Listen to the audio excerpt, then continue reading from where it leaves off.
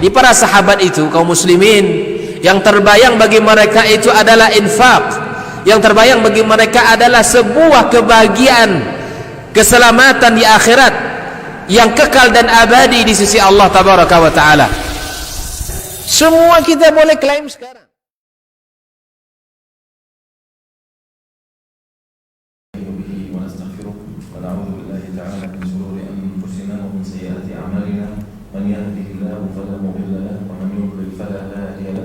وأشهد أن لا إله إلا الله وحده لا شريك له وأشهد أن محمدا عبده ورسوله اللهم صل وسلم وبارك على نبينا محمد وعلى آله وأصحابه أجمعين. أما بعد أيها الإخوة والأخوات، لا زال حديثنا موصولا عن ترجمة الإمام البخاري رحمه الله تعالى، وحديثنا في هذا المساء عن المشاكل المادية التي واجهت الإمام البخاري. كل إمام في أي ترجمة من تراجم العلماء تجد هذا العنوان محنته، تجد هذا العنوان، لا بد أن يوجد في ترجمة كل إمام، وهي محنة الإمام، سواء كانت محنة مادية أو محنة علمية أو محنة من الأمير أو السلطان. فمن المحن التي مر بها الإمام البخاري، نحن قد تكلمنا أن والد الإمام البخاري حينما كان يموت قال له لقد تركت لك 1000 درهم، لا أعلم درهما فيه من شبهة ولا من حرام. تخيل 1,000,000 درهم يعني ما يقارب الآن 30 مليار روبية، ينفق كل هذه الأموال في طلب العلم. وانظروا ماذا حدث له من أعاجيب في رحلته. بسم الله الرحمن الرحيم. السلام عليكم ورحمة الله وبركاته. Alhamdulillah wassalatu wassalamu ala Rasulillah wa ala alihi wa sahbihi wa mawalah. Asyhadu an la ilaha illallah wahdahu la syarikalah wa asyhadu anna Muhammadan abduhu wa rasuluhu, amma ba'd. Hadirin hadirat Bapak Ibu, ikhwan dan akhwat yang semoga senantiasa dirahmati oleh Allah Azza wa Jalla. Fadilatul Syekh Abdul Hasan Ali Jadullah Al-Misri hafizahullah taala wa ra'ah membuka kajian kita malam ini dengan memuji Allah Subhanahu wa taala, serta salawat dan salam semoga senantiasa dicurahkan buat kekasih kita Nabi besar Muhammad sallallahu alaihi wasallam. Adapun setelahnya beliau mengatakan pembicaraan kita malam ini masih seputar Al-Imam Al-Bukhari rahimahullahu taala, dan malam ini insyaallah kita akan melanjutkannya dengan bahasan masalah materi yang dihadapi oleh Al-Imam Al-Bukhari ketika mencari hadis Nabi sallallahu alaihi wasallam. Masalah materi ya yang dihadapi oleh Imam Al-Bukhari rahimahullahu taala ketika melakukan perjalanannya di dalam mencari hadis Nabi sallallahu alaihi wasallam. Syekh mengatakan bahwa hampir semua imam ya ketika kita membaca biografi mereka di dalam menuntut ilmu, kita temukan hampir semuanya ya menghadapi ujian ya selama meniti jalan di dalam menuntut ilmu agama. Ada yang diuji ya dengan masalah materi keuangan, ada yang diuji dengan fitnah dari para ulama lainnya, ada yang diuji dengan fitnah dari para umara, para pemimpin dan seterusnya. Nah, sekarang kita akan mengkaji atau membahas tentang masalah materi yang dialami atau yang ditemukan oleh Imam Al-Bukhari rahimahullahu taala. Sebagaimana yang telah kita ketahui bahwasanya ayah Imam Al-Bukhari adalah seorang pedagang yang sukses. Ya, seorang pedagang yang sukses. Ketika beliau berada di atas ranjang kematian, saat-saat sakarat, dia memanggil anaknya Imam Al-Bukhari rahimahullahu taala. Lalu ayahnya mengatakan kepada Imam Al-Bukhari, aku tinggalkan untukmu 1 juta dirham. Dan 1 juta dirham ini lebih kurang sekitar 30 sampai 70 miliar kalau uang kita sekarang. Aku tinggalkan untukmu 1 juta dirham, di mana aku tidak mengetahui dari hartaku ini 1 dirham pun yang aku peroleh dari yang haram, dari jalan yang haram ataupun dari yang syubhat. Artinya ini murni harta yang halal yang aku peroleh selama hidupku, aku tinggalkan untukmu ini. Ketika ayahnya meninggal dan Imam Al-Bukhari menerima warisan tersebut dari ayahnya, beliau menghabiskan semuanya. Perhatikan, beliau habiskan 1 juta dirham tersebut. 30 sampai 70 miliar itu beliau habiskan semuanya.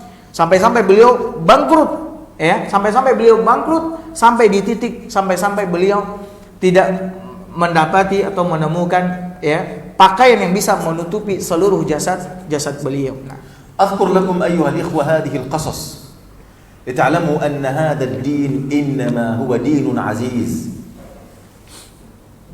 ما وصل إلينا إلا على أشلاء ممزقة وبطون خاوية وأناس تركوا أوطانهم وأولادهم وأموالهم ليتعلموا حديثا واحدا ليعلموه إلى غيرهم.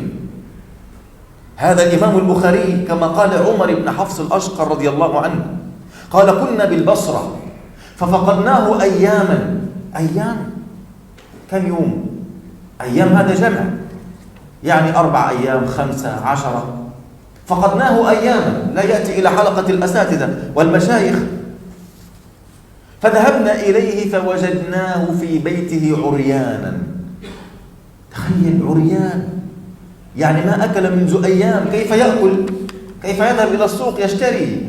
ما معه ثمن ثياب يلبسه حتى يذهب إلى الشارع ليشتري طعام لمدة أيام.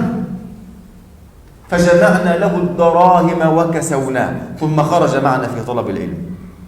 حتى تعلموا كيف وصل إلينا هذا الدين أيها الإخوة. هذا الدين ما وصل إلا على أكتاف هؤلاء. نعم. Saya akan menceritakan atau menyebutkan kepada antum sekalian, kata Syekh, cerita tentang Al-Imam Al-Bukhari, bagaimana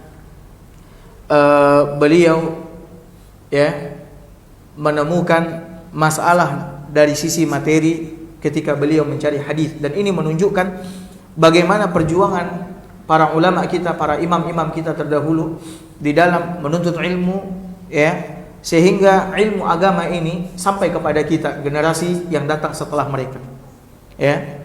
Dan sungguh perjuangan mereka adalah perjuangan yang sangat luar biasa, ya. Mereka melewati itu semua dengan berbagai macam ujian, ya, baik ujian keluarga, baik ujian perut, ya, baik ujian kekurangan harta dan lain sebagainya, sangat luar biasa, ya. Dan ini menunjukkan bahwasannya orang-orang terdahulu tidak main-main di dalam menuntut ilmu, sungguh-sungguh. Apa yang mereka miliki mereka korbankan demi ilmu agama, bahkan demi mencari satu hadis, ya. Mereka korbankan jiwa, harta mereka korbankan karena mereka tahu bahwasannya ilmu ini lebih berharga dari apa yang ada di atas permukaan bumi ini. Disebutkan oleh Umar bin Hafs Al-Ashqar rahimahullahu taala, dia menceritakan ketika suatu kali kami bersama Al-Imam Al-Bukhari di Basrah. Kami bersama Al-Imam Al-Bukhari di Basrah, kata Umar bin Hafs Al-Ashqar, kami menulis hadis, ya, mendatangi majlis salah seorang imam hadis, duduk, kemudian kami menulis hadis dari imam tersebut. Ketika itu kami kehilangan Al-Imam Al-Bukhari. Beberapa hari kami tidak melihat beliau di majlis. Sahabatnya kehilangan Al-Imam Al-Bukhari, ya. Kemudian kami putuskan untuk pergi ke rumah kontrakannya, melihat bagaimana keadaannya, ada apa dengan dia, kenapa dia tidak datang ke majlis tahdits. Lalu kami temukan ternyata beliau dalam keadaan telanjang. Bukan telanjang bulat, ya, hampir telanjang. Yang bisa beliau tutupi dari tubuhnya adalah aurat-aurat yang besar, ya. Karena apa? Karena semua harta beliau habis. Untuk apa? Untuk bertahan hidup. Sampai-sampai pakaian yang ada di tubuhnya, yang melekat di tubuhnya, dia jual demi membeli apa? Makanan. Untuk tetap bertahan hidup, kemudian tetap kuat di dalam mencari hadis atau menuntut ilmu agama ini. Lalu kata Umar, maka kami pun mengumpulkan beberapa dirham, ya, dari kami untuk kami berikan kepadanya sehingga kami dapat memberikan pakaian untuk beliau. وقال محمد بن أبي حاتم الوراء سمعت البخاري يقول طلبت العلم عند آدم بن أبي إياس فتخلفت عني نفقتي. النفقة خلاص نفدت، فجعلت أتناول من حشيش الأرض أيام ولا أخبر بذلك أحد. جعل يأكل من حشيش الأرض لمدة أيام وهو إمام الدنيا ولا يخبر بذلك أحد.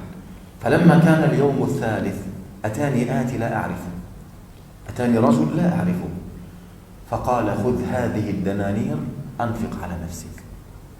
الله أكبر، إذا كان الإمام البخاري لا يعرفه فإن الله يعرفه. وإن طلب العلم الذي طلبه الإمام البخاري حينما سد جوعه وعاش بهذه الدنانير لأيام، كل هذا في ميزان حسنات هذا الذي تصدق عليه لمدة هذه الأيام، فهنيئا له.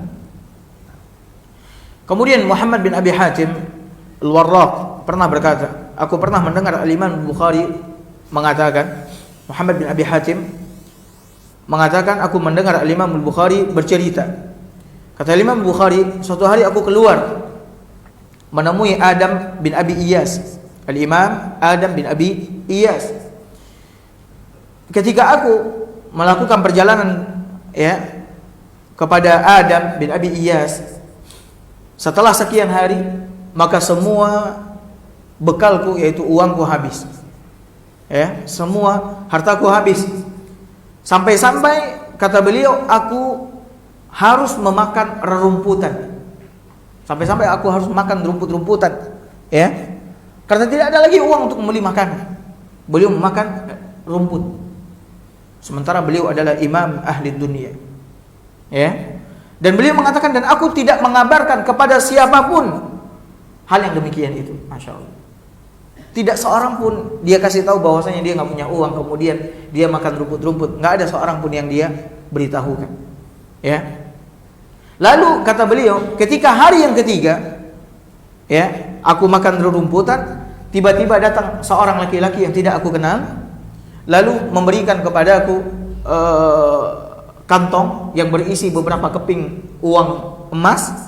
Lalu orang itu pun mengatakan kepadaku, anfik ala nafsik, gunakan harta ini untuk kepentingan dirimu, berinfaklah, belanjakan harta ini untuk dirimu, kata dia.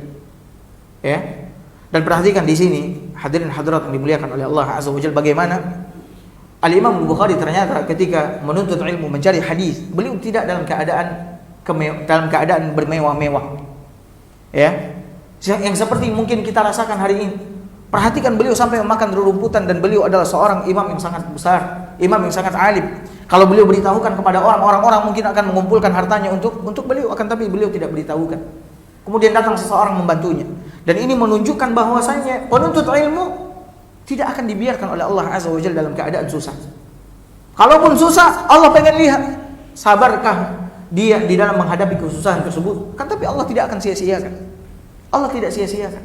Dan di sini juga pelajaran yang sangat penting bagi kita, bahwasanya siapa yang berinfak kepada para penuntut ilmu, sehingga penuntut ilmu itu dapat bertahan hidup sekian hari, maka semua kebaikan yang dilakukan oleh penuntut ilmu tersebut, selama dia membelanjakan harta infak yang diberikan oleh seseorang, maka itu akan diletakkan oleh Allah Azza wa Jalla di timbangan kebajikan orang yang memberikan infak kepada para penuntut ilmu.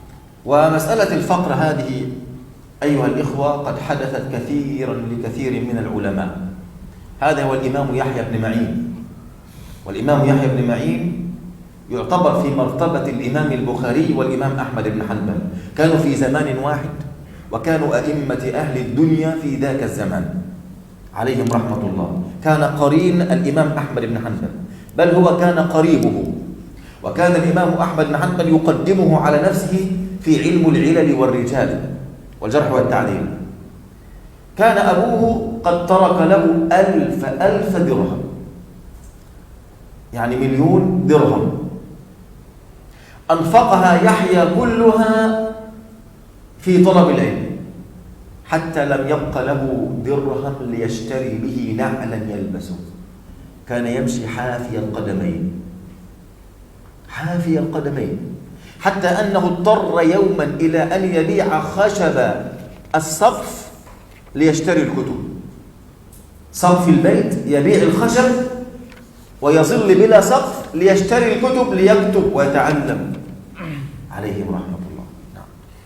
Maka masalah kefakiran, ya, kemudian kebangkrutan, habisnya harta di tengah-tengah para ulama ini adalah masalah yang sangat umum, merata, ya, hampir dialami oleh semua para ulama. Ya, kenapa? Karena mereka menginfakkan semua harta yang mereka miliki, ya, dalam rangka mencari atau menuntut ilmu agama. Perhatikan Yahya bin Ma'in rahimahullahu taala. Al-Imam Yahya bin Ma'in ini termasuk seorang imam besar yang sezaman dengan Al-Imam Al-Bukhari dan juga sezaman dengan Al-Imam Ahmad ibn Hanbal rahimahumullahu taala. Bahkan dia termasuk sahabat bahkan yang paling dekat dengan Al-Imam Ahmad. Dan terkadang Al-Imam Ahmad, ya, mendahulukan Yahya bin Ma'in dalam masalah rijal dan penyakit dalam hadis, ya, karena beliau adalah spesialis dalam masalah itu, sehingga didahulukan oleh Imam Ahmad ibn Hanbal rahimahullahu taala. Yahya bin Ma'in disebutkan bahwasannya bapaknya, ayahnya meninggalkan warisan untuknya 1 juta dirham, sama seperti yang ditinggalkan oleh ayah Imam Bukhari untuk Imam Bukhari. Tapi lihat apa yang dilakukan oleh Yahya. Dia infakkan semua harta tersebut untuk mencari hadis Nabi sallallahu alaihi wasallam, mengkaji hadis Nabi sallallahu alaihi wasallam, sehingga tidak ada yang tersisa dari harta itu, bahkan untuk sepasang sandal untuk dia kenakan ketika berjalan pun tidak ada. Artinya semua harta itu pun habis, sehingga tidak ada yang tersisa. Bahkan untuk membeli sepasang sandal agar dia bisa mengenakan sandal ketika berjalan pun juga nggak ada. Allahu Akbar. Ya, bahkan disebutkan para ulama terkadang terpaksa harus menjual kayu atap rumahnya demi membeli kertas dan tinta, demi membeli buku. Karena kitab atau kertas adalah harta yang paling berharga yang dimiliki oleh seorang penuntut ilmu, sehingga mereka terkadang harus menjual kayu loteng rumah mereka. Nah, أخيرا أيها الإخوة نتكلم عن فتنة الإمام البخاري. ما من عالم كما قلت إلا وله فتنة، وعلى قدر علمه على قدر فتنته، ولولا الفتنة ما صاروا أئمة، كما قال شيخ الإسلام ابن تيمية عليه رحمة الله تعالى: لا يكون الإنسان إماما في الدين إلا إذا ابتلي فصبر. وقرأ قوله تعالى: وجعلنا منهم أئمة يهدون بأمرنا لما صبروا، أي على الفتن والبلاءات، وكانوا بآياتنا يوقنون. يصبرون على الفتن ويتيقنون بأن النصر آت لا محالة، وهذا حسن ظن بالله عز وجل. Kemudian berikutnya, hadirin hadirat yang semoga senantiasa dirahmati oleh Allah Azza wa Jalla, kita akan membahas tentang fitnah yang ditemukan oleh Imam Al-Bukhari, ya, ketika beliau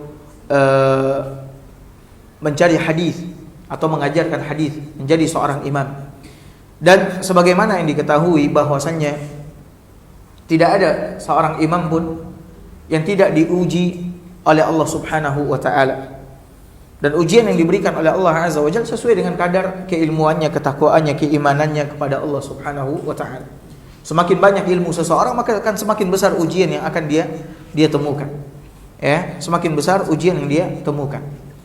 Bahkan seseorang tidak akan menjadi seorang imam, seseorang tidak akan menjadi seorang imam kecuali setelah dia diuji oleh Allah, melewati ujian-ujian yang diberikan oleh Allah Subhanahu wa taala, sebagaimana yang dikatakan oleh Syekhul Islam Ibn Taimiyah rahimahullahu taala bahwasanya seseorang akan menjadi imam di dalam agama ini, ya, ketika dia diuji oleh Allah Azza wa Jalla dan dia bersabar menerima ujian tersebut. Lalu beliau membacakan firman Allah Subhanahu wa taala, wa ja'alna minhum a'immatan yahduna bi amrina lamma sabaru, dan kami jadikan di antara mereka itu a'immah, para pemimpin, para imam yang memberi petunjuk dengan perintah kami selama mereka bersabar ketika diuji oleh Allah Azza wa Jalla. Wa kanu bi ayatina yuqinun, dan adalah mereka yakin dengan ayat-ayat kami, dengan ayat-ayat kami. Makanya Imam Al-Bukhari selama perjalanan beliau di dalam mencari ilmu dan mengajarkan ilmu, banyak fitnah yang beliau temukan, ya, yang beliau hadapi dan beliau lewati. Qala al-Imam Muslim ibn al-Hajjaj. Imam Muslim sahib kitab Sahih Muslim, huwa tilmiz al-Imam al-Bukhari kama alimtum min qabl. Qala lamma qadima Muhammad ibn Ismail Naysabur المدينة التي منها الإمام البخاري. لما قدم محمد ابن إسماعيل نيسابور ما رأيت عالما فعل به أهل نيسابور ما فعلوا بمحمد إسماعيل البخاري. يعني ما أي عالم جاء إلى نيسابور، كانت نيسابور هذه يعني محطة العلماء، دائما العلماء يأتون إلى نيسابور. الإمام مسلم يقول ما احتفل أهل نيسابور بأحد كما فعلوا مع البخاري. ماذا فعلوا؟ قال استقبلوه مرحلتين وثلاثة. استقبلوه يعني عدد الناس لمدة حوالي 10 كيلو بعد المدينة، 10 كيلو خارج المدينة، الناس يملؤون الطرقات. قال وقد نصب له القباب يعني المنابر على فرسخ من البلد، فرسخ يعني 6 كيلو، نصبوا له المنابر على بعد 6 كيلو من البلد. واستقبله عامة أهل البلد حتى لم يبق مذكور إلا استقبله، لم يبق أحد له شأن من الولاة والأمراء والوجهاء والتجار وطلبة العلم إلا وقد خرجوا الاستقبال. ونصر عليه الدنانير والدراهم والسكر الكثير، الناس يقذفون عليه الدنانير والدراهم والسكر الشيء الكثير حتى بقي أيام. طبعا هو لم يأخذ شيء، بقي هذا في الطرق أيام. تخيل ألوف مؤلفة بل ملايين الناس خرجوا لاستقبال الإمام البخاري لأنه عانى من رحلاته في الدنيا كلها. الإمام البخاري جاب مشارق الأرض ومغربها عشرات المرات بل ممكن مئات المرات، من البصرة إلى الكوفة إلى العراق إلى مصر إلى الشام إلى مكة إلى المدينة إلى اليمن إلى مصر وهكذا. بعد كل هذه الرحلات في آخر حياته ذهب إلى نيسابور فاستقبلوه بهذا الاستقبال. فماذا حدث بعد ذلك؟ نعم. Al-Imam Muslim menceritakan, dan Imam Muslim seperti yang telah kita sebutkan dan jelaskan di pertemuan sebelumnya, termasuk di antara murid Al-Imam Al-Bukhari rahimahullahu ta'ala. Ya, Al-Imam Muslim adalah muridnya Al-Imam Al-Bukhari rahimahullahu ta'ala. Beliau bercerita ketika Al-Imam Al-Bukhari datang ke Naysabur. Naysabur adalah tempat kelahiran Al-Imam Muslim, ya, tempat lahirnya Al-Imam Muslim. Dan Naysabur termasuk kota yang dihuni banyak ahli ilmu, para ulama di sana. Sehingga banyak para ulama yang berdatangan kemana? Ke Naysabur. Nah, kata Imam Muslim, ketika Imam Al-Bukhari datang ke Naysabur, aku tidak melihat seorang wali atau seorang ulama yang disambut sedemikian rupa oleh ahlu Naysabur, penduduk Naysabur, seperti yang mereka lakukan kepada Al-Imam Al-Bukhari rahimahullahu ta'ala. Ya. Orang-orang yang datang ke Naysabur, baik dia adalah ulil amri atau para ulama, disambut. Tapi penyambutannya tidak sebesar dan semegah, semeriah penyambutan mereka kepada Al-Imam Al-Bukhari rahimahullahu ta'ala.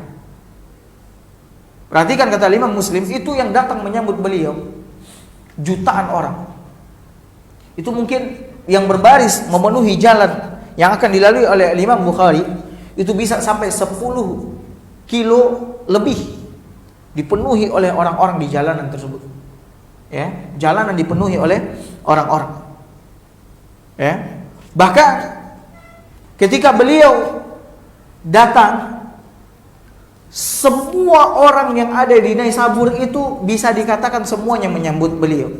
Apakah pejabatnya, apakah ulamanya, apakah orang-orang awam, penduduk biasa, rakyat biasa, semuanya keluar dari rumah mereka menyambut kedatangan Imam Al-Bukhari rahimahullah.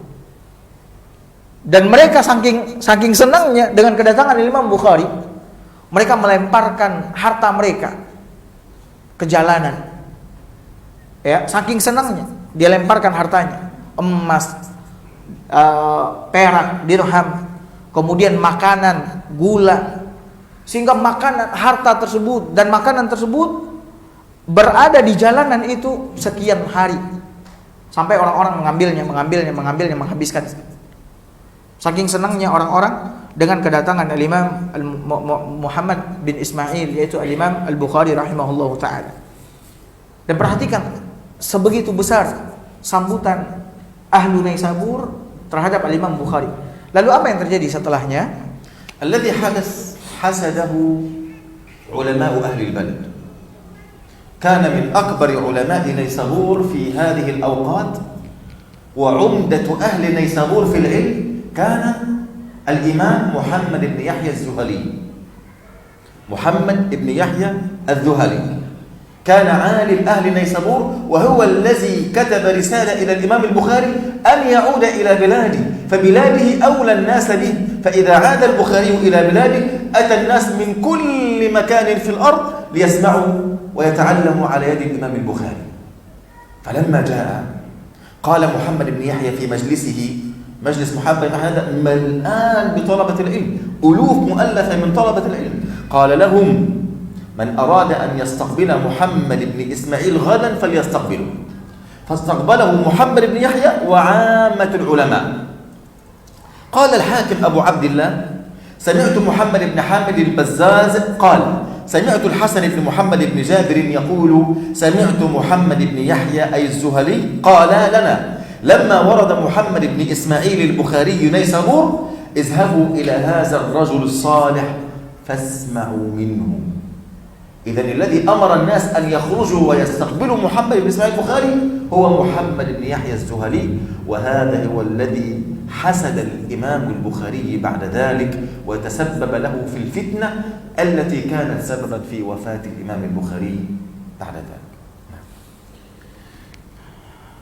Yang terjadi setelah itu adalah ulama dari Naisabur sendiri dengki kepada Al-Imam Bukhari.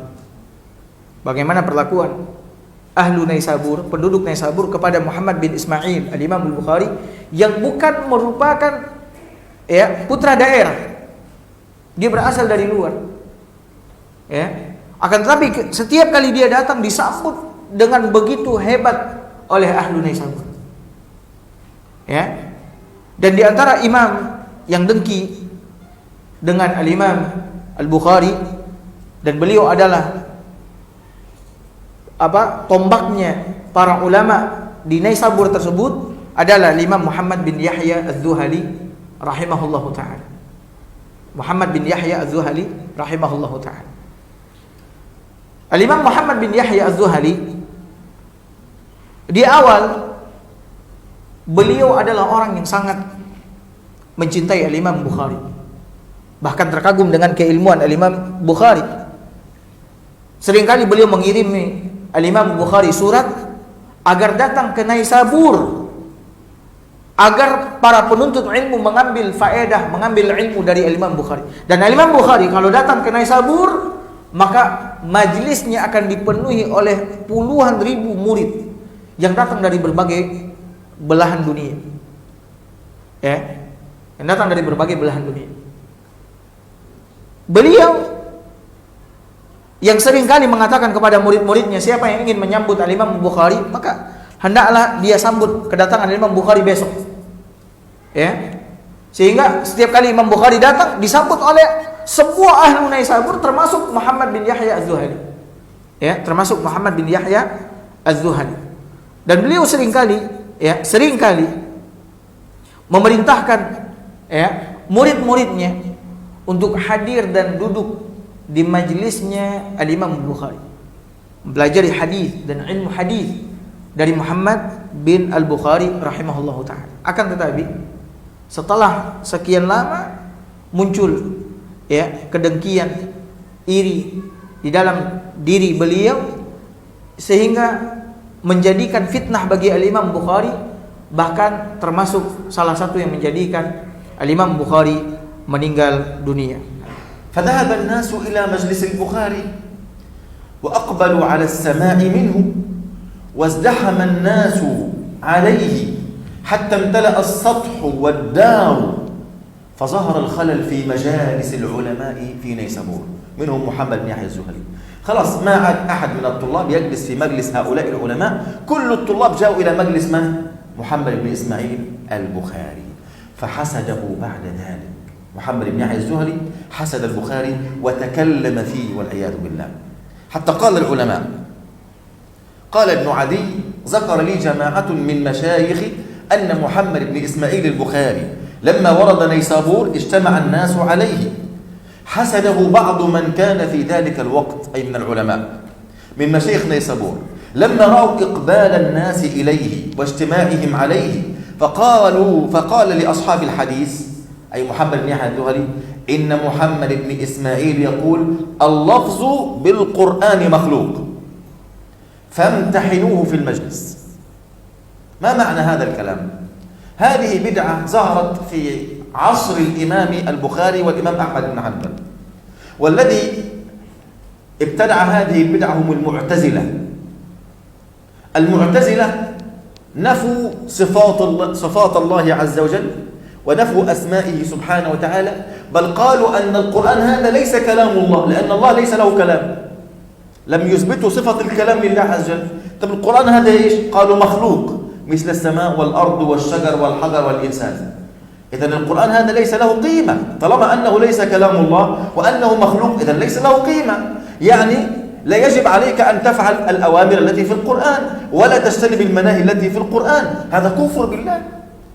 لذلك السلطان في عهد الإمام أحمد بن حنبل كان قريبا من المعتزلة، فامتحن الناس، أي عالم لا يقول أن القرآن مخلوق إما يقتل أو يسجن.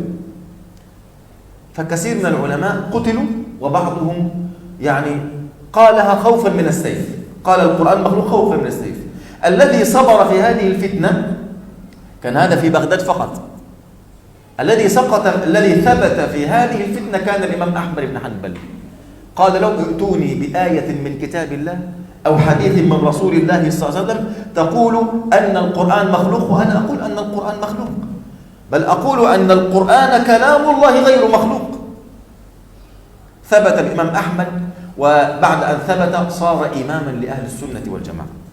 فصار العلماء بعد أن مات الخليفة الذي كان يمتحن الناس، جاء بعده خليفة آخر على السنة، أنكر ما ذهب إليه الخليفة السابق وأثبت بأن القرآن كلام الله عز وجل، ورفع من شأن الإمام أحمد. بعد ذلك أصبح هناك فتنة، أصبح بين طلبة العلم والعلماء يمتحنون بعضهم بعضا. لما حسدوا البخاري قال محمد بن يحيى الزهري: البخاري يقول أن القرآن مخلوق، إذن هو مبتدع، أخرجوه من نيسابور، بسبب الحسد والعياذ بالله. فقال: فامتحنوه في المجلس، امتحنوه يعني أرادوا أن يسألوه في مجلس الذي جمع ألوف مؤلفة من طلبة العلم. فلما حضر الناس مجلس البخاري قام إليه رجل فقال: يا أبا عبد الله، ما تقول في اللفظ بالقرآن؟ مخلوق هو أم غير مخلوق؟ طبعا الامتحان هكذا ليس من السنة وليس من شيم أهل الحديث والأثر. لذلك أعرض عنه الإمام البخاري. كيف لتلميذ أن يأتي إلى إلى الإمام البخاري ويمتحنه هذا الامتحان؟ فأعرض عنه البخاري ولن يجيبه. نعم. طيب. Kemudian apa yang terjadi? Ketika Imam Bukhari berada di Naisabur, majlis beliau dipenuhi oleh para penuntut ilmu, sehingga ini menyebabkan kegoncangan di tengah-tengah para ulama Naisabur.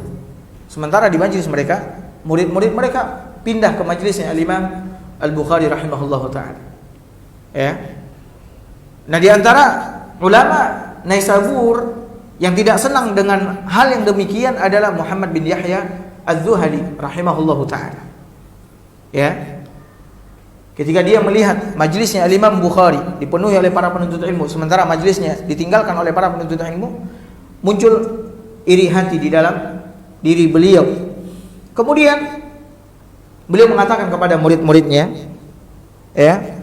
Sesungguhnya Muhammad bin Ismail yaitu Imam Bukhari mengatakan bahwasanya Al-Qur'an itu adalah makhluk. Di zaman itu ada fitnah ya yang muncul sehingga betul-betul menguji keimanan seseorang di waktu itu, khususnya para ulama ya, para ulama, yaitu fitnah dengan pernyataan atau keyakinan Al-Qur'an adalah apa? Makhluk. Kata Muhammad bin Yahya Az-Zuhali, Bukhari mengatakan Al-Qur'an adalah makhluk, maka silahkan kalian tanyakan kepadanya, silahkan kalian tes ya. Kalau dia mengatakan Al-Quran adalah makhluk, maka keluarkan dia dari nasab, usir dia. Fitnah Al-Quran adalah makhluk, ini adalah fitnah yang dibuat oleh Mu'tazilah, kelompok Mu'tazilah yang sesat dan menyesatkan. Di mana orang-orang Mu'tazilah menafikan nama dan sifat Allah Subhanahu wa taala. Mereka mengatakan bahwasanya Allah Subhanahu wa taala tidak berbicara. Allah Subhanahu wa taala tidak berbicara. Sehingga ketika dia mengatakan bahwasanya Al-Qur'an, bahwasanya Allah Subhanahu wa taala tidak berbicara, tidak mengucapkan lafaz, maka Al-Qur'an yang ada di tengah-tengah kita ini bukanlah sifat Allah Subhanahu wa taala. Ya. Sehingga boleh bagi kita menyelisih perintah Al-Qur'an, mengabaikan larangan Al-Qur'an, menginjak Al-Qur'an, menghina Al-Qur'an, karena dia bukanlah kalamullah. Dia adalah makhluk sama seperti langit, sama seperti bumi, sama seperti gunung, lautan, sama seperti kita manusia. Ini diantara kesesatan orang-orang Mu'tazilah, dan ini adalah kekufuran.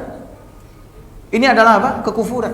Bahkan gara-gara fitnah ini, tambah banyak ya orang-orang di Baghdad ketika itu yang dipenjara bahkan dibunuh. Di antara ulama yang dipenjara adalah Imam Ahmad. Dijadikan sebagai tahanan rumah, nggak boleh keluar, tidak boleh bahkan sholat berjemaah di masjid pun dilarang, tidak boleh memberikan kajian, jangankan memberikan kajian, sholat di masjid pun dilarang. Ya, karena Imam Ahmad mengatakan Al-Quran adalah kalamullah ghairu makhluk, Al-Quran adalah kalamullah bukan makhluk, sehingga dia dipenjara ketika itu. Namun ada yang tidak tahan dengan pedang, tidak tahan dengan siksaan, maka dia akan mengatakan Al-Quran adalah makhluk bukan kalamullah. Tapi orang-orang yang teguh ya, yang kuat keimanannya, keyakinannya, dia akan teguh mengatakan, tegas mengatakan Al-Quran adalah kalamullah ghairu makhluk. Al-Quran adalah kalamullah bukan makhluk. Nah, Imam Muhammad bin Yahya Az-Zuhali mengatakan kepada murid-muridnya itu Bukhari ya adalah ahli bid'ah. Di antara pernyataan beliau adalah Al-Quran adalah apa? Makhluk. Silahkan kalian tanyakan, sehingga terang dan jelas bagi kalian bahwasanya beliau adalah seorang yang sesat, maka keluarkan dia dari apa? Naisabur. Sehingga datanglah murid-murid Muhammad bin Yahya Az-Zuhali, kemudian menanyakan kepada Al-Imam Bukhari, wahai Abu Abdullah, apa pendapatmu tentang Al-Quran, makhluk atau tidak makhluk? Al-Imam Bukhari tahu ini adalah fitnah. Ini adalah apa? Fitnah, maka tidak dijawab oleh Al-Imam Bukhari. Didesak. Sampai kali yang ketiga baru Al-Imam Bukhari mengatakan Al-Quran adalah kalamullah bukan makhluk, sementara perbuatan hamba adalah makhluk. Dan fitnah menanyakan tentang Al-Quran kalamullah atau makhluk, ini adalah bid'ah. Ini adalah apa? Bid'ah, tidak termasuk di dalam sunnah Nabi SAW. Bahkan ini adalah kesesatan, pernyataan yang mengatakan bahwasanya Al-Quran adalah apa? Makhluk bukan kalamullah. Ini fitnah yang dihadapi oleh Imam Al-Bukhari rahimahullahu ta'ala, yang membuat dunia yang luas ini menjadi sempit bagi beliau, sehingga beliau berdoa kepada Allah Azza wa Jalla agar berpindah ke sisinya. Baik, kita dengarkan azan dulu, habis itu kita lanjutkan. Allah.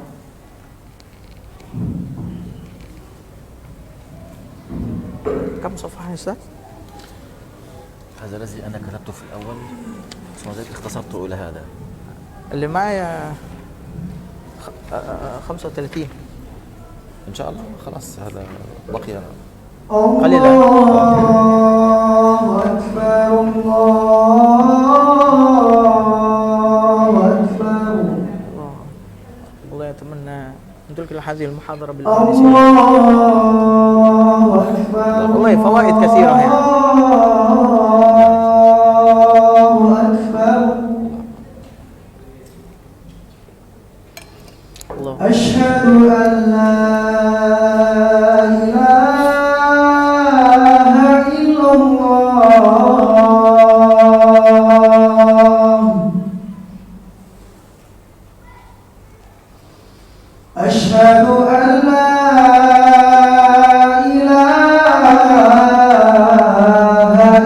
إلا الله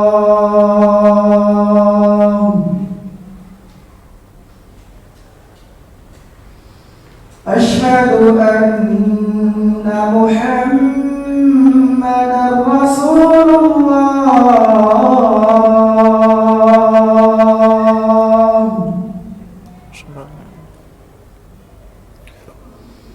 أشهد أن محمدا رسول الله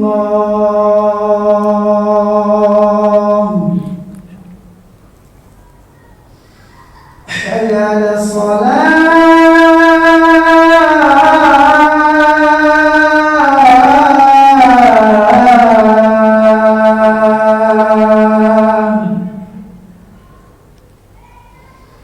حي على الصلاة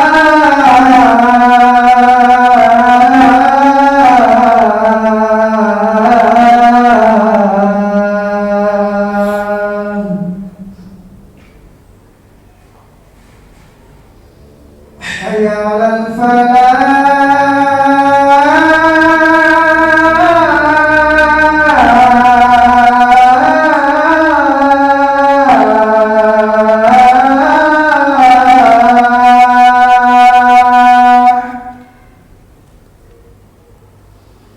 حي على الفلاح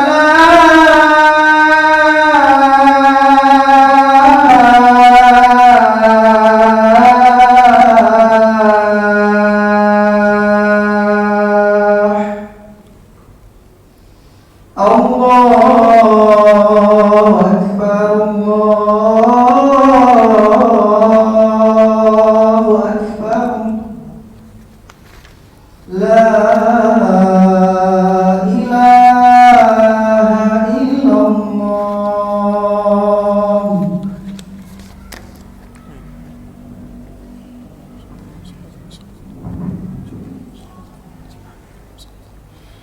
طبعا بعد أن ذكر الإمام البخاري ذلك شغب الناس وعلى أصواتهم في المسجد، فعلم البخاري أن الحسد قد دب في قلوب بعض العلماء، فقعد في بيته ولم يخرج بعد إلى مجالس العلم.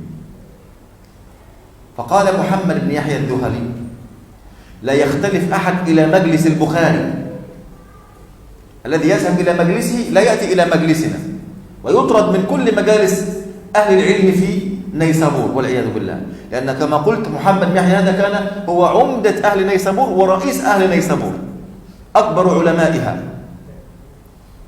قال: هذا الرجل تكلم في هذه المسألة وقد نهيناه فلم ينتهي، فلا تقربوه، ومن يقربه فلا يأتي إلينا. طبعا هذا كله كذب والعياذ بالله. قال محمد بن شاذل: لما وقع بين محمد البخاري ومحمد بن يحيى دخلت على البخاري فقلت له: يا أبا عبد الله، إيش الحيلة لنا فيما بينك وبين محمد بن يحيى؟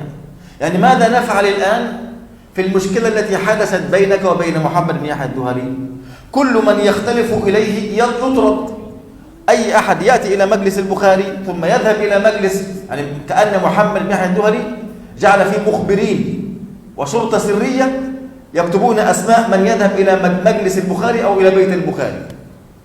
من ذهب إلى بيت البخاري أو إلى مجلسه يطرد من مجلس محمد بن يحيى الذهلي، بل يوشي بينه وبين الحكام. تخيل، فالناس أصبحوا يخافون على أنفسهم. فقال البخاري: كم يعتري محمد بن يحيى الحسد في العلم. الحسد في العلم. قال: والعلم رزق الله يعطيه من يشاء. فقلت: هذه المسألة التي تحكى عنك، يعني مسألة القول بخلق القرآن. قال: يا بني، هذه مسألة مشؤومة، فتنة مشؤومة. رأيت أحمد بن حنبل وما ناله في هذه المسألة. تخيل الإمام أحمد بن حنبل سجن ما يقرب من 6 سنوات، وضرب بالسياط حتى أغمي عليه، ولا زالت السياط تؤلمه إلى أن مات عليه رحمة الله. قال: ورأيت ما ناله في هذه المسألة وجعلت على نفسي ألا أتكلم فيها. قلت له: المسألة هي أن اللفظ مخلوق. سئل عنها البخاري أيضا فوقف فيها، كلمة اللفظ مخلوق، يعني القرآن كلام الله، لكن أنا لفظي حينما أتكلم لساني يتحرك بألفاظ القرآن، لساني هذا مخلوق. البخاري أيضا توقف فيه، فلما وقف واحتج بأن أفعالنا مخلوقة واستدل لذلك فهم منه الزهلي، يعني الزهلي أخذ شبهة من كلام البخاري فبنى عليه أحكام أن البخاري يقول أن القرآن مخلوق. مقصود البخاري يقول أن القرآن كلام الله، لكن ألفاظنا نحن مخلوقة، حركة لساننا هذه مخلوقة. فكأن محمد بن يحيى الذهلي قال أن البخاري مقصوده يقول أن القرآن مخلوق والعياذ بالله، فشغب عليه وتكلم عليه وأخذه بلازم قوله، فطرد جميع الناس من مجلسه مرة أخرى، إما خوفا من محمد بن يحيى الذهلي أو خوفا من السلطان الذي يتبع كلام محمد بن يحيى الذهلي. الإمام أحمد بن حنبل أيضا حدثت له هذه المصيبة. تخيل 80 عالما من كبار علماء بغداد كتبوا في وثيقة كبيرة أسماءهم ومضوا وقالوا لأمير المؤمنين في بغداد آنذاك اقتل أحمد بن حنبل ودمه في رقابنا فهو ضال مضل. يا الله، تخيل من كبار علماء بغداد 80 عالما بسبب كرههم لأحمد بن حنبل وحسدهم في أحمد بن حنبل قالوا ذلك، قالوا لأمير المؤمنين الذي تأثر بفكر المعتزلة قالوا اقتله ودمه في رقابنا لأن أحمد بن حنبل ضال مضل. تتخيلوا يا إخوة. Nah, hadirin hadirat yang semoga senantiasa dirahmati oleh Allah Azza wa Jalla. Perkataan atau pertanyaan yang dilontarkan oleh murid-muridnya Muhammad bin Yahya Az-Zuhali kepada Imam Bukhari tentang masalah Al-Quran makhluk atau kalamullah atau tidak, ini membuat kehebohan, kegaduhan di majelisnya Imam Bukhari, sehingga orang-orang mengangkat suara, orang-orang berjidal, bertengkar, berdebat dan lain sebagainya. Lalu apa yang dilakukan oleh Imam Bukhari ketika terjadi hal yang demikian? Dan seperti inilah sikap seorang imam ketika terjadi kerusuhan, keributan, ya, maka dia menjauh. Dia pulang dan duduk di rumahnya dan tidak lagi pergi ke mana? Ke masjid atau ke majelis ilmu.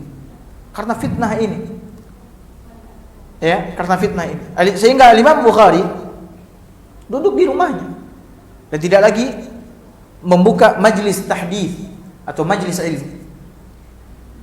Sementara para ulama Naisabur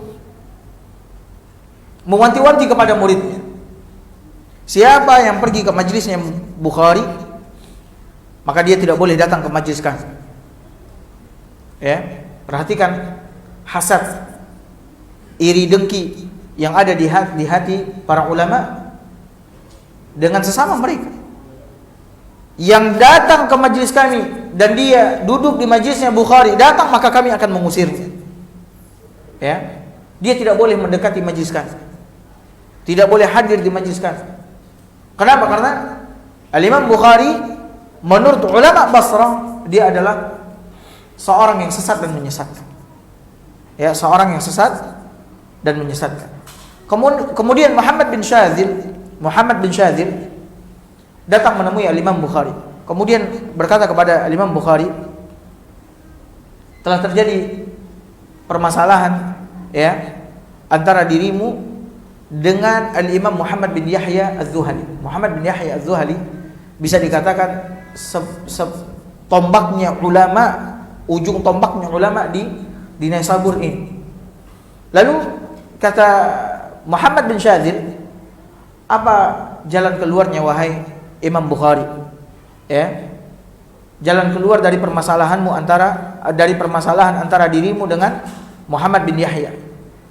Siapa yang datang ke majelismu lalu dia datang ke majelisnya Muhammad bin Yahya Az-Zuhali, maka dia akan diusir. Ya, maka dia akan diusir. Lalu apa kata Imam Bukhari? Imam Bukhari mengatakan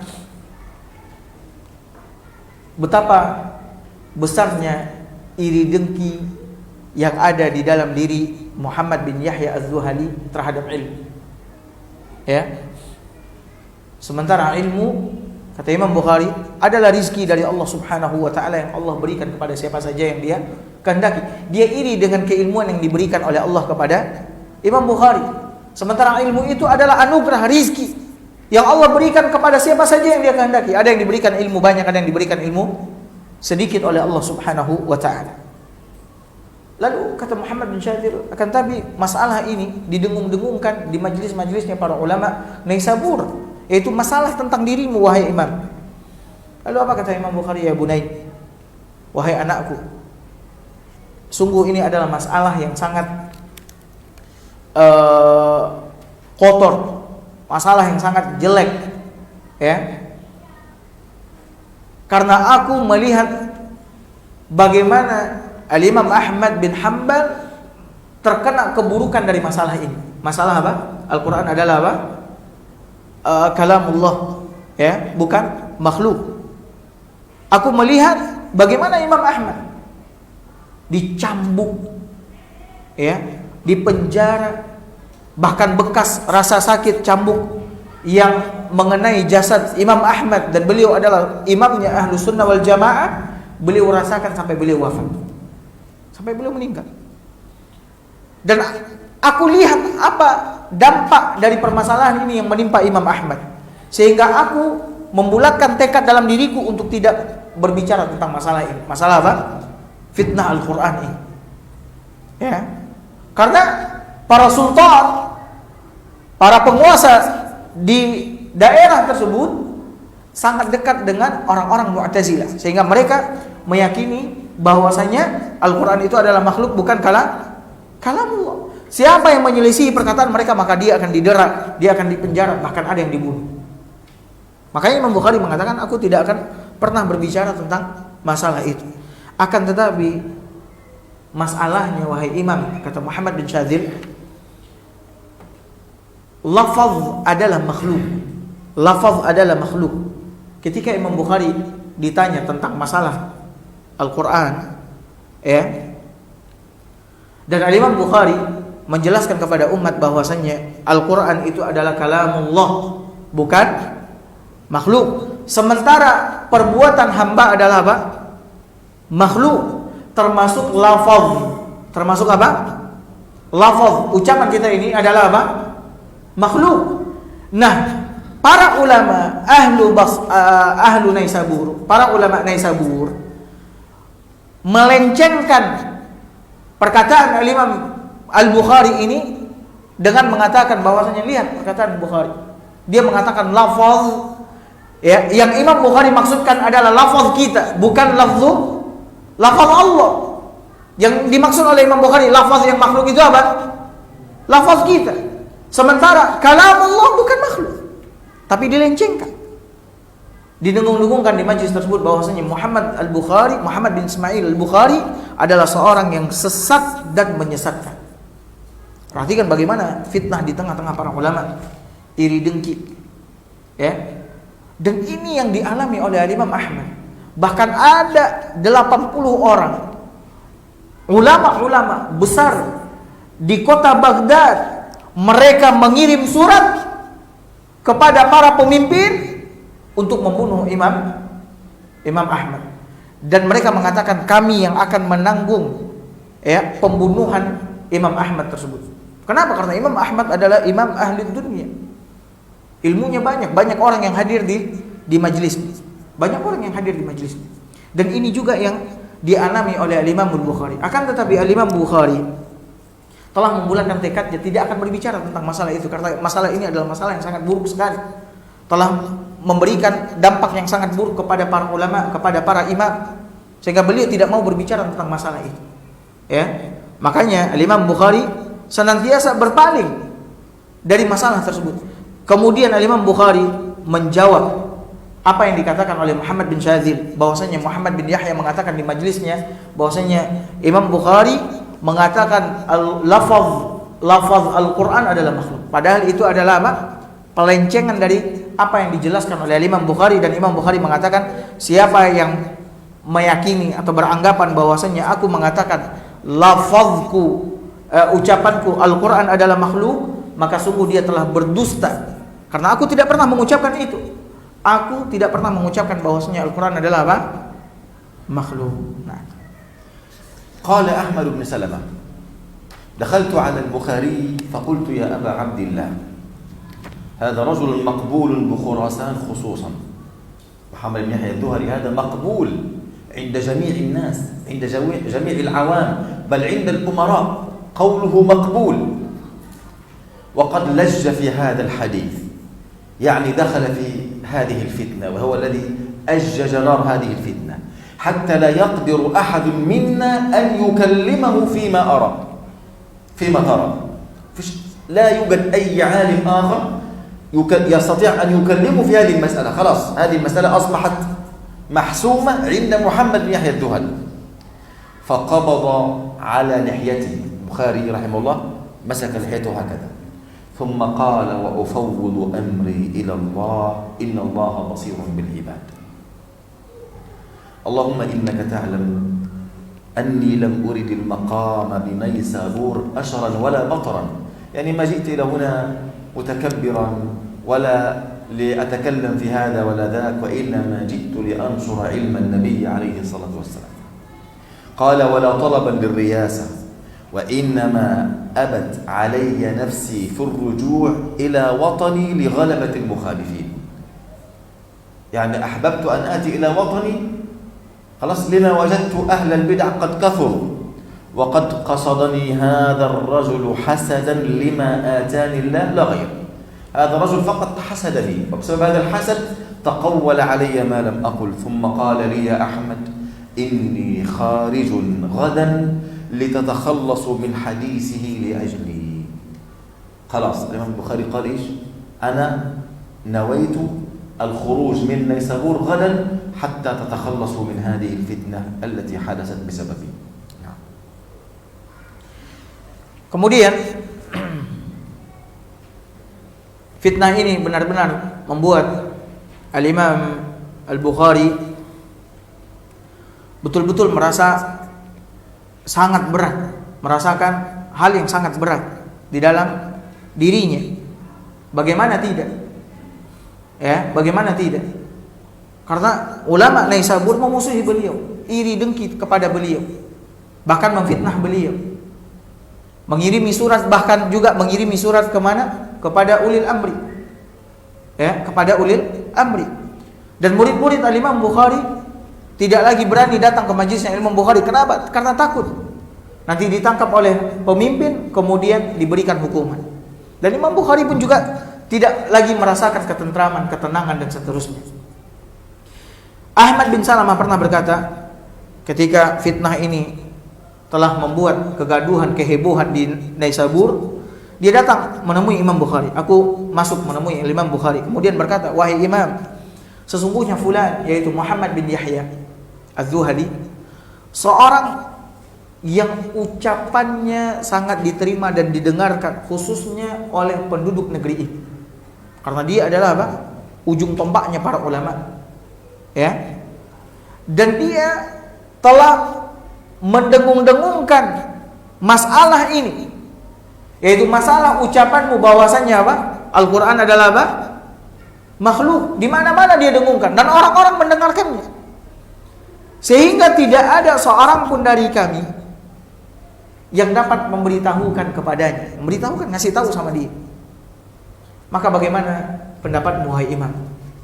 Maka dijawab oleh Imam Bukhari rahimahullahu taala sembari memegang jenggotnya, beliau membaca firman Allah azza wa jalla, wa ufawwidu amri ila Allah innallaha basirun bil ibad.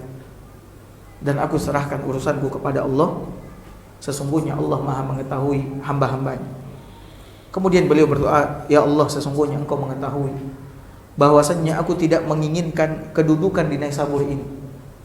Tidak menginginkan kedudukan.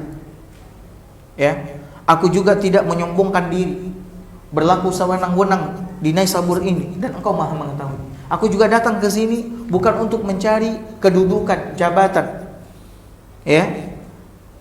Dan yang membuatku Hanya saja yang membuat jiwaku atau diriku ini ingin kembali ke negeriku karena Naisabur ini, ya Allah, telah dipenuhi oleh orang-orang yang menyelisihi kebenaran. Dipenuhi oleh orang-orang yang menyelisihi kebenaran.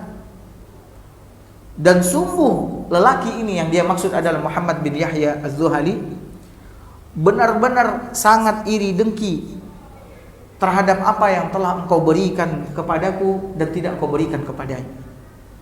Ya.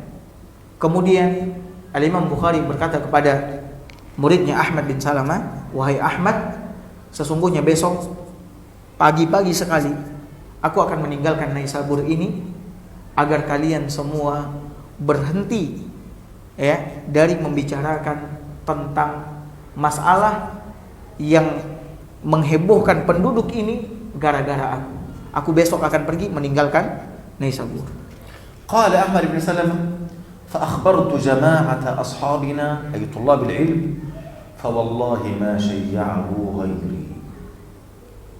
لم يثبت مع الإمام البخاري في محنته إلا اثنان، منهم أحمد بن سلمة والآخر الإمام مسلم.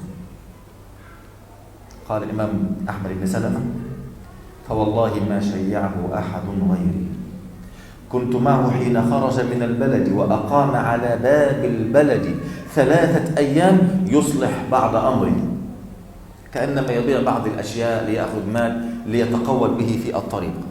قال فسمعت محمد بن يعقوب الحافظ يقول لما استوطن البخاري نيسابور أكثر مسلم من ابن الحجاج الاختلاف إليه. الإمام مسلم كان دائما يأتي إليه في المجلس ويسأله عن علل الأحاديث وكذا. فلما وقع بين الذهلي والبخاري ما وقع في مسألة اللفظ ونادى عليه أي نادى الإمام محمد بن يحيى الذهلي على الناس من ذهب إلى البخاري فهو مبتدع مثله ولا يجوز له أن يحضر مجلسنا ومنع الناس عنه. طبعا مسلم لم يسمع إلى محمد بن يحيى الذهلي فقال الذهلي يوما ألا من قال باللفظ فلا يحل له أن يحضر مجلسنا، يقصد من؟ يقصد مسلم. فأخذ مسلم رداءه فوق عمامته، يعني مسلم كأنما قام من المجلس ونفض ملابسه هكذا على رؤوس الناس، والناس ألوف مؤلفة في مجلس من؟ مجلس محمد بن يحيى الذهلي.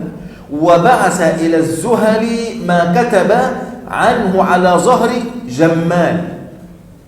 الإمام مسلم كان قد كتب أحاديث عن من؟ عن الإمام محمد بن يحيى الذهلي، فبعث إليه كل الأحاديث التي كتبها عنه على ظهر جمل.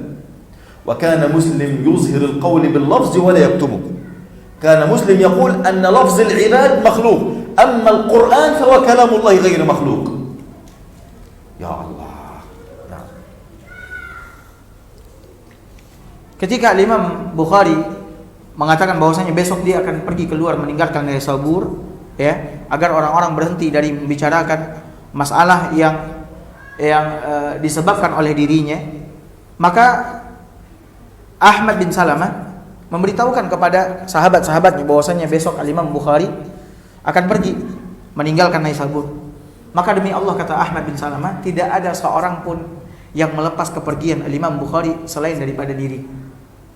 Yang sebelumnya kalau Imam Bukhari datang, tadi disebutkan jutaan orang menyambut beliau. Tapi gara-gara fitnah ini apa yang terjadi? Lihat. Ya. Betul-betul sangat berat bagi Imam Bukhari. Hanya 2 orang dari ahlu Naisabur yang melepas kepergian Imam Bukhari. Ya, salah satunya Ahmad bin Salamah, Imam Ahmad bin Salamah, kemudian yang kedua adalah Imam Muslim. Imam Muslim. Kemudian disebutkan bahwasannya aku mendengar, kata Ahmad bin Salamah, aku mendengar Muhammad bin Ya'qub al-Hafiz berkata, ketika Imam Bukhari telah sampai di Naisabur, maka orang yang paling sering bolak-balik menemui beliau adalah Imam Muslim. Imam Bukhari kalau sudah sampai di Naisabur, yang paling sering datang mengunjungi beliau, belajar dari beliau adalah Imam Muslim. Ya, adalah Imam Muslim. Dan Imam Muslim juga adalah muridnya Imam Muhammad bin Yahya Az-Zuhali, juga adalah muridnya Imam Yahya Muhammad bin Yahya Az-Zuhali. ketika terjadi masalah antara Imam Bukhari dengan Imam Muhammad bin Yahya Az-Zuhali, ya, sehingga membuat Imam Muhammad bin Yahya Az-Zuhali melarang orang-orang yang duduk dan mengikuti pendapatnya Bukhari untuk hadir di majelisnya. Ya, nggak boleh datang, diusir. Ya, kecuali Imam Muslim. Namun suatu hari Zuhali mengatakan di hadapan murid-muridnya, ketahuilah siapa yang mengucapkan al-lafz, ya, maksudnya al-lafzu bil Quran, Al-Quran, lafaz Al-Quran adalah makhluk, maka tidak halal baginya untuk duduk hadir di majlis kami ini, kata Az-Zuhali. Maka apa yang dilakukan oleh Imam Muslim ketika itu? Ada Imam Muslim di sana.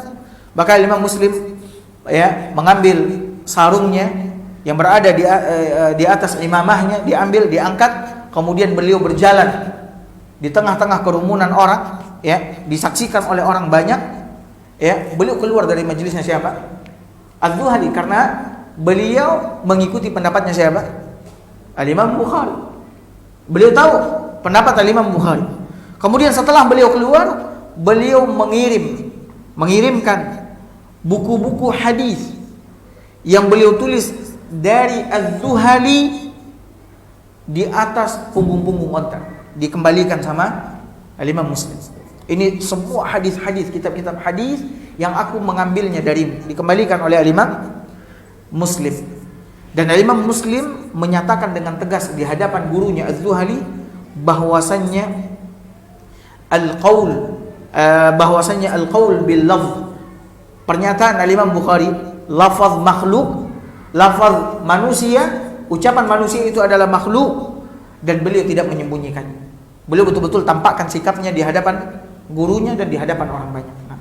قال عبد المجيد ابن إبراهيم للبخاري: كيف لا تدعو الله على هؤلاء الذين ظلموك وأخرجوك؟ لماذا لا تدعو عليهم؟ فقال له النبي صلى الله عليه وسلم: قال اصبروا حتى تلقوني على الحوض. وقال صلى الله عليه وسلم: من دعا على ظالمه فقد انتصر، وأنا لا أريد أن أنتصر لنفسي، بل أريد أن ينتصر لي الله سبحانه وتعالى. بالله عليكم، من من الأمة الآن يعرف الزهري؟ لا أحد إلا خواص طلبة علم الحديث. طب من من الأمة لا يعرف البخاري؟ من العوام والأطفال والكبار والنساء والشيوخ والرجال حتى الأعداء، لا أحد لا يعلم شيء عن البخاري. لا المسلمين ولا النصارى ولا اليهود يجهلون قدر الإمام البخاري. طب من منهم يعرف الزهري؟ لا أحد يعرف إلا خواص طلبة العلم. أليس هذا نصر من الله للإمام البخاري؟ الله أكبر.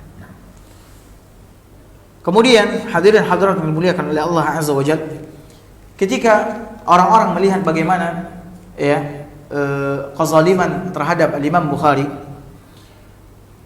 Abdul Majid bin Ibrahim pernah berkata kepada Imam Bukhari, kenapa engkau tidak berdoa kepada Allah Azza wa Jalla atas orang-orang yang telah berbuat zalim kepadamu, yang telah berdusta atas namamu, menuduhmu tidak. Apa kata Imam Bukhari? Nabi SAW bersabda, bersabarlah engkau, ya, bersabarlah kalian, kata Nabi SAW, bersabarlah kalian sampai kalian menemuiku di telagaku kelak di hari kiamat. Kita disuruh bersabar oleh Nabi SAW sampai menemui Nabi SAW di mana? Di telaga. Dan Nabi SAW juga bersabda, man da'a ala zalimihi, siapa yang mendoakan, ya, atas orang yang telah menzaliminya, maka sungguh dia telah menang atas dirinya. Dan Imam Bukhari tidak ingin menang atas dirinya, ya, dia tidak ingin itu, sehingga beliau lebih memilih untuk apa? Untuk bersabar. Beliau tidak ingin merasa menang atas dirinya menghadapi Muhammad bin Yahya Az-Zuhali. Cukuplah Allah Subhanahu wa taala yang memenangkan beliau, bukan beliau yang menangkan apa? Diri beliau. Ya, bukan beliau yang memenangkan diri beliau. Makanya perhatikan hadirin hadirat yang dimuliakan oleh Allah Azza wa Jalla. Perhatikan kemuliaan yang Allah berikan kepada Imam Bukhari. Semua orang mengenal Imam Bukhari. Semua orang, anak kecil, orang awam, ya, para orang tua, penuntut ilmu tentunya. Ya, bahkan yang mengenal Imam Bukhari bukan saja orang-orang muslim, orang-orang kafir juga mengenal Imam Bukhari. Sehingga berusaha memberikan syubhat, ya, tuduhan palsu kepada Imam Bukhari. Tapi siapa di antara manusia yang kenal dengan Al-Imam Az-Zuhali? Ya, Al-Imam Zuhli, afwan, Al-Imam Zuhli. Az-Zuhali. Nah, siapa di antara manusia yang kenal? Kecuali para penuntut ilmu hadis secara khusus. Hanya mereka mungkin yang pernah mendengar nama Al-Imam Az-Zuhali. Tapi siapa orang-orang yang kenal dengan nama Al-Imam Az-Zuhali? Di sini Allah Subhanahu wa taala memperlihatkan bagaimana dia mengangkat derajat Al-Imam Bukhari dan merendahkan derajat orang-orang yang menyelisihi beliau dan berbuat zalim terhadap beliau. قال إبراهيم بن معقل النسفي رأيت محمد بن إسماعيل البخاري في اليوم الذي أخرج فيه من نيسابور من بخار أخرج طرد فتقدمت إليه فقلت يا أبا عبد الله كيف ترى هذا اليوم أنت الآن خارج مطرود من اليوم الذي نصر عليك فيه ما نصر اليوم لما دخلت إلى نيسابور خرج جميع الناس على بعد فراسخ من المدينة الوجهاء والأمراء والسلاطين والجميع ينشرون ويقذفون عليك الذهب والفضة والسكر الذي بقي أياما انظر كيف رد هذا العالم الرباني قال البخاري لا أبالي إن سلم لديني لا أبالي بكل هذا المهم يسلم لي ديني وعقيدتي الله أكبر. Kemudian Ibrahim bin Ma'qal An-Nasafi mengatakan, ketika aku melihat Al-Imam Bukhari di hari beliau diusir dari Naisabur, maka aku datang mengunjunginya. Lalu aku berkata kepada beliau, wahai Imam Bukhari, Abu Abdullah, bagaimana kau temukan hari ini, ya, dengan hari di mana kau disambut oleh jutaan orang, bahkan orang-orang melemparkan emas, perak, makanan di jalan-jalan yang kau lalui. Bagaimana kau temukan, wahai Imam, hari di mana engkau diusir hari ini, ya, dikeluarkan dari Naisabur? Dan perhatikan jawaban Imam Bukhari, seorang ulama Rabbani. Beliau mengatakan, la ubali iza salimani. Aku enggak peduli, kata Imam Bukhari, asalkan agama dan akidahku benar. Aku enggak peduli orang mau menyambutku, orang mau mengusirku, aku enggak peduli, asalkan akidah dan agamaku selamat. Nah. أخيرا أيها الإخوة ذكر وفاته. قال ابن عدي سمعت عبد القدوس ابن عبد الجبار السمرقندي يقول جاء محمد بن إسماعيل إلى خرتنك قرية على فرسخين من سمرقند. الآن خرج من سمرقند ولم يتبقى معه من طلاب العلم إلا اثنان، أحمد بن سلمة النيسابوري ومحمد مسلم الإمام مسلم ابن الحجاج النيسابوري وخادمه محمد بن أبي حاتم الوراق. يعني ثلاث من الطلبة فقط الذي ثبتوا مع الإمام البخاري.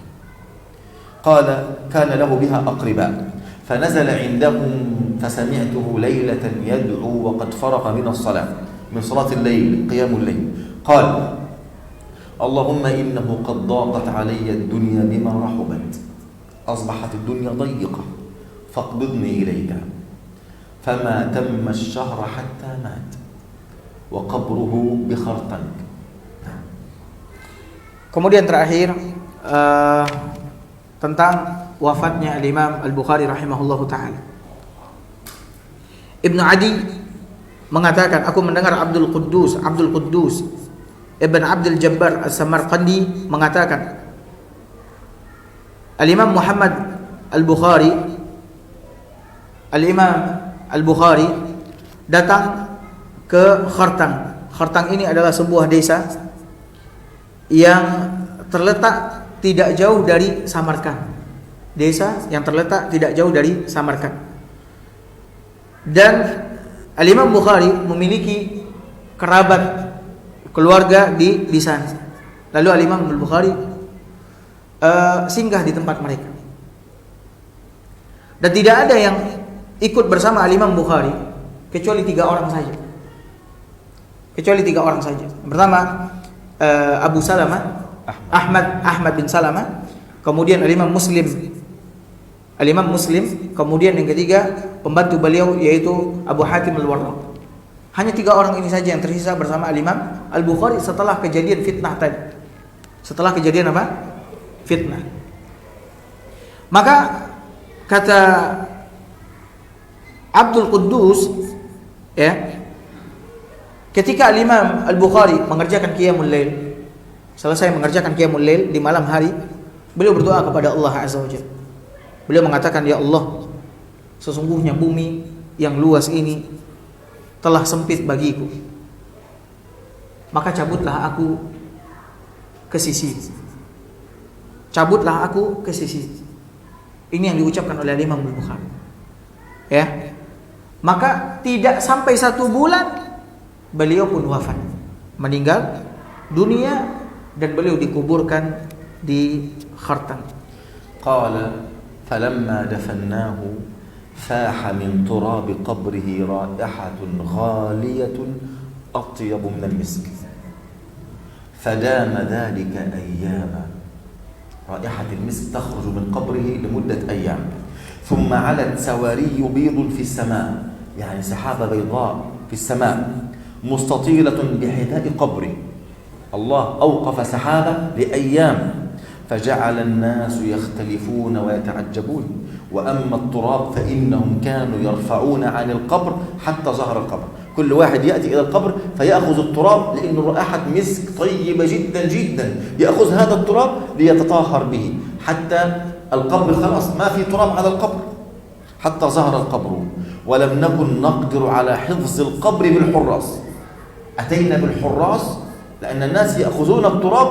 جثة الإمام البخاري كادت أن تظهر، فجئنا بالحراس فما استطعنا أن نحافظ عليه، وغلبنا على أنفسنا. الناس غلبونا فنصبنا على القبر خشبا مشبكا، خشب حتى لا يستطيعون الوصول إلى القبر. لم يكن أحد يقدر على الوصول إلى القبر، فكانوا يرفعون ما حول القبر من التراب، يأخذون التراب الذي حول هذا الخشب القبر، ولم يكونوا يخلصون إلى القبر. وأما ريح الطيب فإنه تداوم أياما كثيرة حتى تحدث أهل البلدة وتعجبوا من ذلك، وظهر عند مخالفيه أمره بعد وفاته.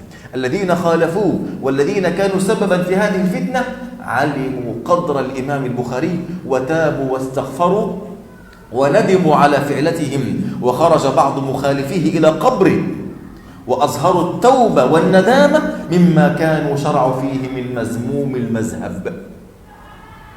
توفي البخاري ليلة السبت ليلة الفطر عند صلاة العشاء، ودفن يوم الفطر بعد صلاة الظهر سنة 56 و200، وعاش 62 سنة إلا 13 يوما رحمه الله تعالى. Kemudian setelah Imam Bukhari meninggal, beliau dikuburkan oleh orang-orang yang berada di Khartan. Kemudian dari kubur beliau keluar bau yang sangat wangi sekali, ya, lebih harum daripada minyak kasturi.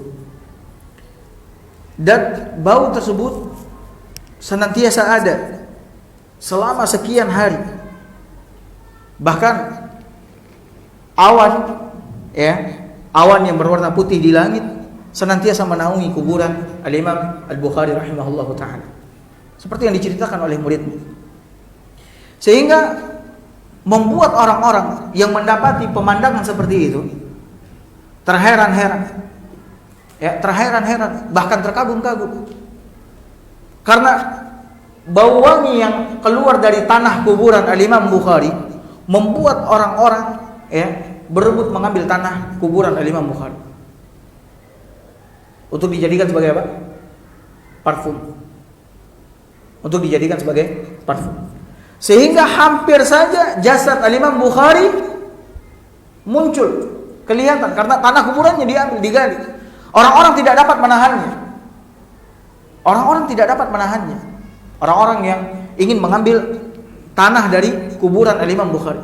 Sehingga apa yang dilakukan oleh orang-orang ketika itu? Maka mereka membuat kayu di atas kuburan lahat Al-Imam Bukhari, kayu untuk menutupi kuburan tersebut, sehingga kalau tanahnya diambil maka tidak sampai kepada apa? Jasadnya Al-Imam Bukhari. ditutupi sama orang pakai kayu tebal di atas lahatnya Imam Al-Bukhari rahimahullahu taala. Ya. Kemudian itu yang terjadi. Kuburan tersebut mengeluarkan bau yang semerbak, lebih wangi daripada minyak kasturi. Dan seperti itu sekian lama, sampai penduduk Khartam sibuk membicarakan itu. Dan pembicaraan ini pun sampai ke Naisabur.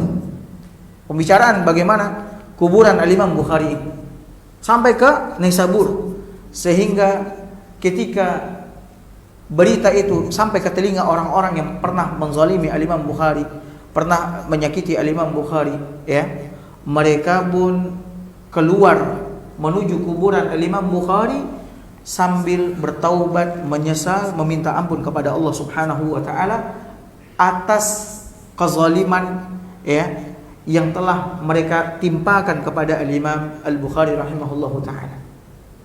Termasuk Muhammad bin Yahya Az-Zuhali? Sebahagian besar, ya, datang kemudian meminta ampun kepada Allah Azza wa Jalla.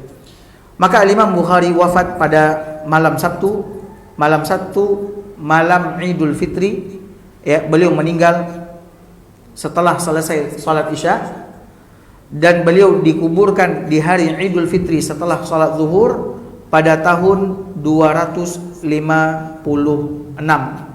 Pada tahun 256 beliau hidup, ya, beliau hidup 62 tahun 13 hari. 62 tahun kurang 13 hari.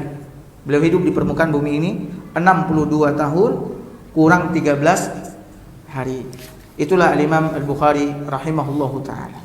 Subhanallah, lam yabqa ma'ahu illa thalatha min at-talaba, Ahmad bin Salamah ومسلم بن الحجاج النيسابوري ومحمد بن أبي حاتم الوراق. أحمد بن سلمة هذا كان سبب أن الإمام مسلم ألف كتاب صحيح مسلم. هو الذي طلب من الإمام مسلم أن يكتب كتاب في الصحيح، صحيح الأحكام الشرعية وغير ذلك والأحاديث الصحيحة من الضعيفة. فعلى هذا السؤال بدأ الإمام مسلم في تأليف كتابه صحيح الإمام مسلم الآن الذي انتفع به المسلمون من عصر الإمام البخاري ومسلم إلى عصرنا هذا إلى قيام الساعة.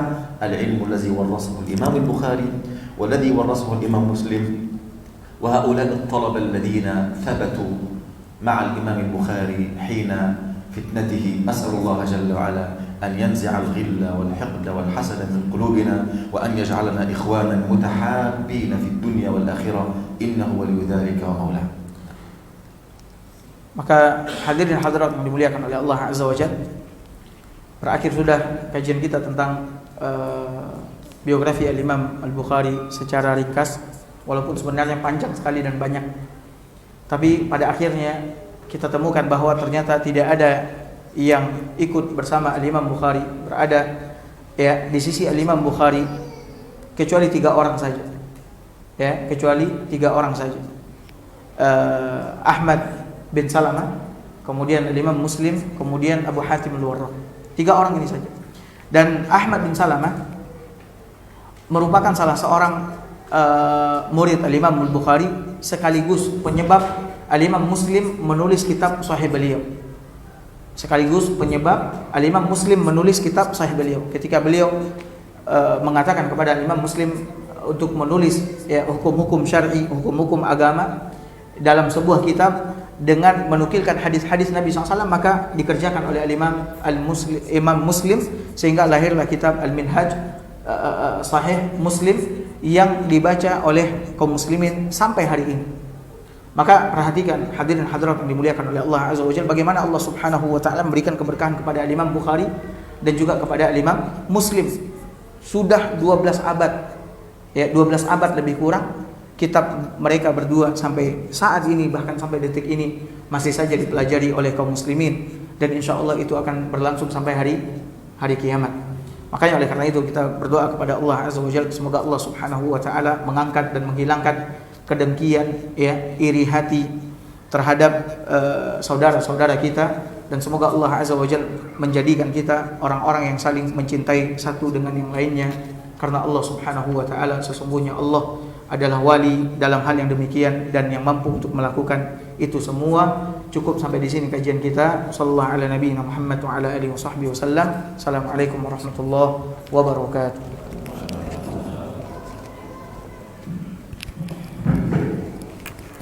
Barakallahu fiik.